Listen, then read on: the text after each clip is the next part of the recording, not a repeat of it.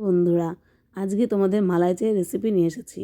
প্রথমে দুধটা জাল দিয়ে একটা এলাচ দিয়ে দিতে হবে, তারপর সামান্য একটু আদা দিয়ে জাল দিতে হবে, আর তার মাঝে পরিমাণ মতো হালকা করে চিনি দিতে হবে, খুব বেশি চিনি দেবে না।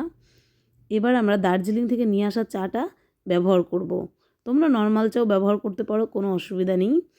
এবার আমরা দিয়ে দিলাম দার্জিলিংয়ের চা পরিমাণ মতো, দিয়ে এবার দুধটাকে ভালো করে জাল দিতে হবে আর নাড়াচাড়া করতে হবে তার সঙ্গে।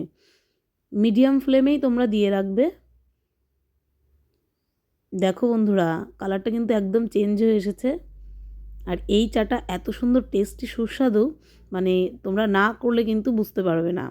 তাই এলাচের ফলটা অবশ্যই দেবে, কারণ হালকা একটা স্মেল আসে। তাই এইভাবে কিন্তু যখন উতলে উঠবে, গরম হয়ে যাবে, তখন তোমরা কিন্তু সার্ভ করে নিতে পারো।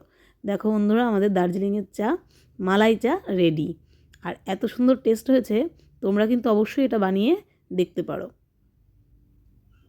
ধন্যবাদ ভিডিওটি দেখার জন্য।